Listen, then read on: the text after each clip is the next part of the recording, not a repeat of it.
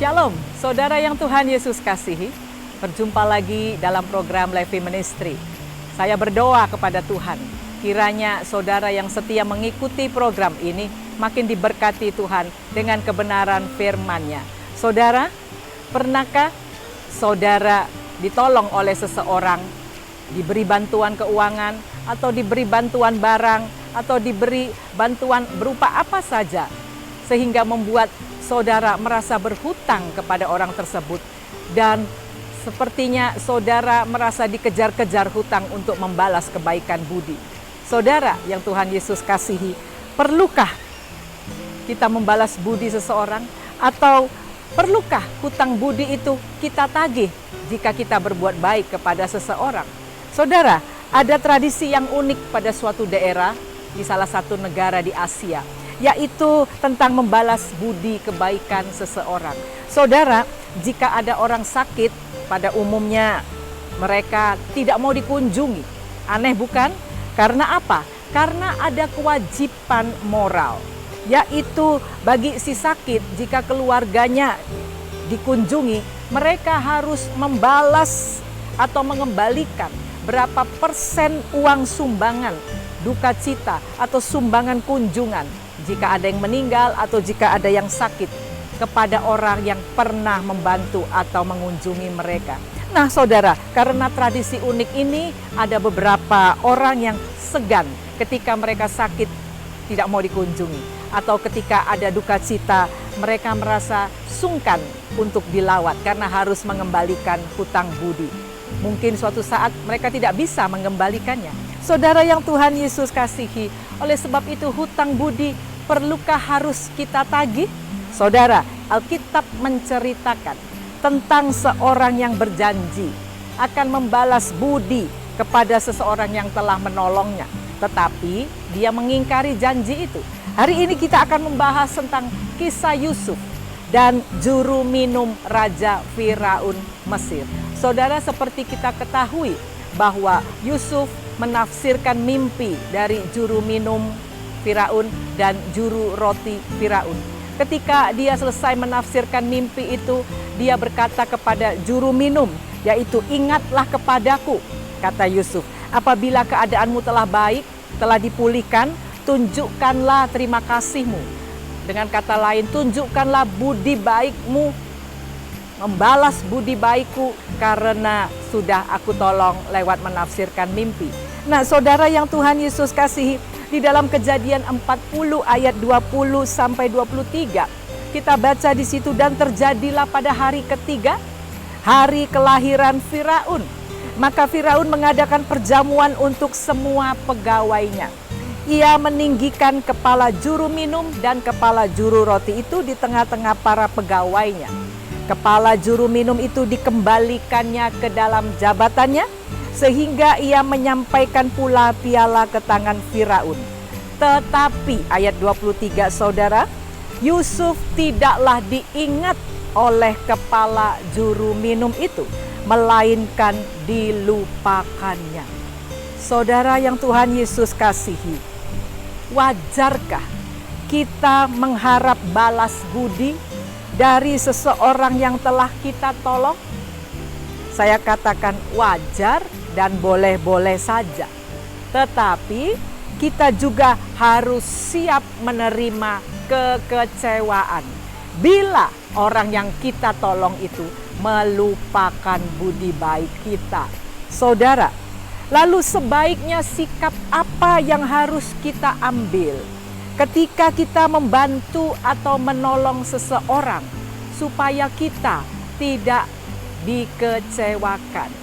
Yang pertama saudara, milikilah sikap yang tulus.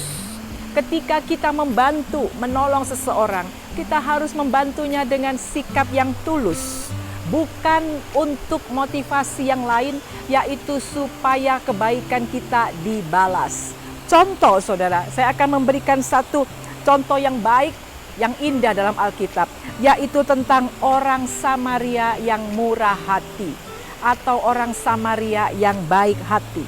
Di dalam Lukas 10 ayat 33, firman Tuhan mengatakan, "Lalu datang seorang Samaria yang sedang dalam perjalanan ke tempat itu. Dan ketika ia melihat orang itu, tergeraklah hatinya oleh belas kasihan.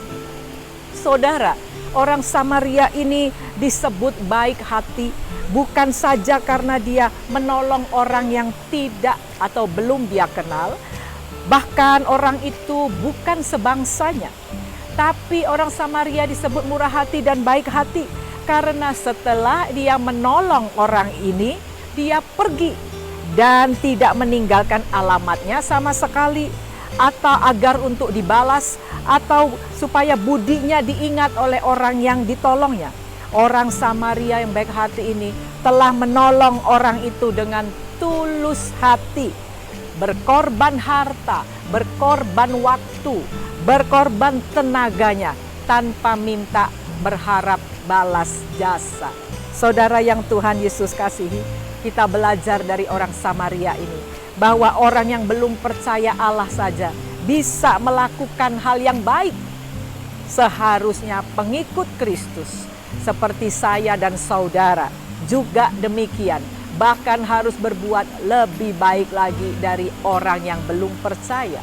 Saudara yang Tuhan Yesus kasihi, inilah sesuai dengan pengajaran Yesus Kristus pada murid-muridnya. Harus kita taati. Di dalam Lukas 6 ayat 34, Yesus berkata, dan jikalau kamu meminjamkan sesuatu kepada orang, karena kamu berharap akan menerima sesuatu daripadanya, apakah jasamu? Orang-orang berdosa pun meminjamkan kepada orang-orang berdosa, supaya mereka menerima kembali sama banyaknya. Ayat 35, tetapi kamu kasihilah musuhmu, dan berbuatlah baik kepada mereka, dan pinjamkan dengan tidak mengharapkan balasan. Maka upahmu akan besar dan kamu akan menjadi anak-anak Allah yang maha tinggi. Sebab ia baik terhadap orang yang tidak tahu berterima kasih dan terhadap orang-orang jahat. Saudara yang Tuhan Yesus kasihi, inilah perintah Yesus kepada murid-muridnya dan juga kepada saudara dan saya sebagai pengikut Kristus. Kita dianjurkan berbuat baik kepada musuh. Apalagi kepada kerabat kita, apalagi kepada sahabat kita, apalagi kepada keluarga sendiri. Tolonglah mereka dengan tulus. Tolonglah mereka dengan segala kemurahan hati. Jangan tagih hutang budi, karena semua itu akan melanggar perintah Allah. Saudara, yang kedua, sikap yang kedua ketika kita menolong seseorang supaya kita tidak mengalami kekecewaan, yaitu berharap pada Allah saja. Saudara yang Tuhan Yesus kasihi, setelah menafsirkan mimpi juru minum raja, Yusuf berkata di dalam Kejadian 40 ayat 14 sampai 15, tetapi ingatlah kepadaku, apabila keadaanmu telah baik nanti, tunjukkanlah terima kasihmu kepadaku dengan menceritakan hal ihwalku kepada Firaun, dan tolonglah keluarkan aku dari rumah ini. Yusuf minta dibayar balas budinya terhadap juru minum. Ayat 15, sebab aku diculik begitu saja dari negeri orang Ibrani, dan di sini pun aku tidak pernah melakukan apa-apa yang menyebabkan aku layak dimasukkan ke dalam liang tutupan itu. Saudara yang Tuhan Yesus kasihi, Yusuf sangat-sangat berharap kepada juru minum ini, agar setelah dia keluar dari penjara, dia akan mengingat, membalas budi Yusuf. Tapi akhirnya juru minum ini sebagai manusia biasa, dia melupakan Yusuf. Saudara, terkadang Tuhan sengaja membuat seseorang melupakan kita, melupakan segala pertolongan kita. Kenapa? Supaya kita dapat belajar menaruh harap hanya kepada Allah saja.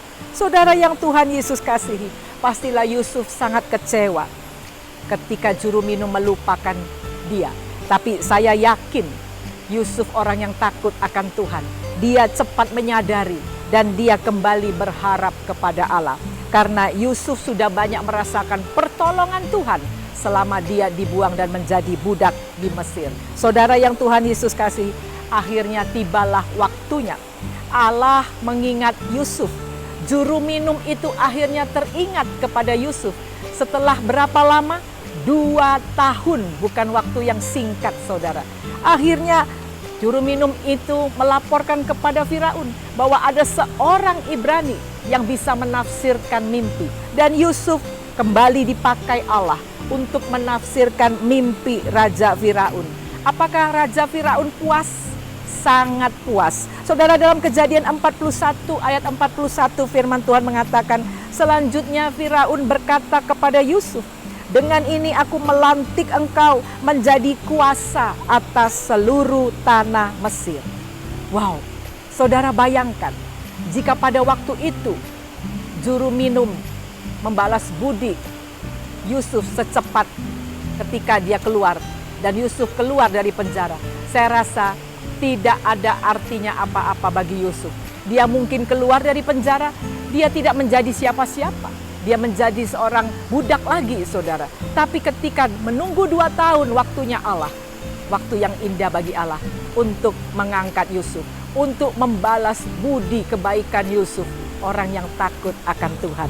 Saudara yang Tuhan Yesus kasihi, jadi janganlah cepat-cepat kecewa dan cepat-cepat marah jika ada orang yang lupa dengan kebaikan yang telah Anda tabur. Saya akan masuk dalam kesimpulan. Tolonglah semua orang dengan tulus tanpa mengharapkan balas budi dari mereka.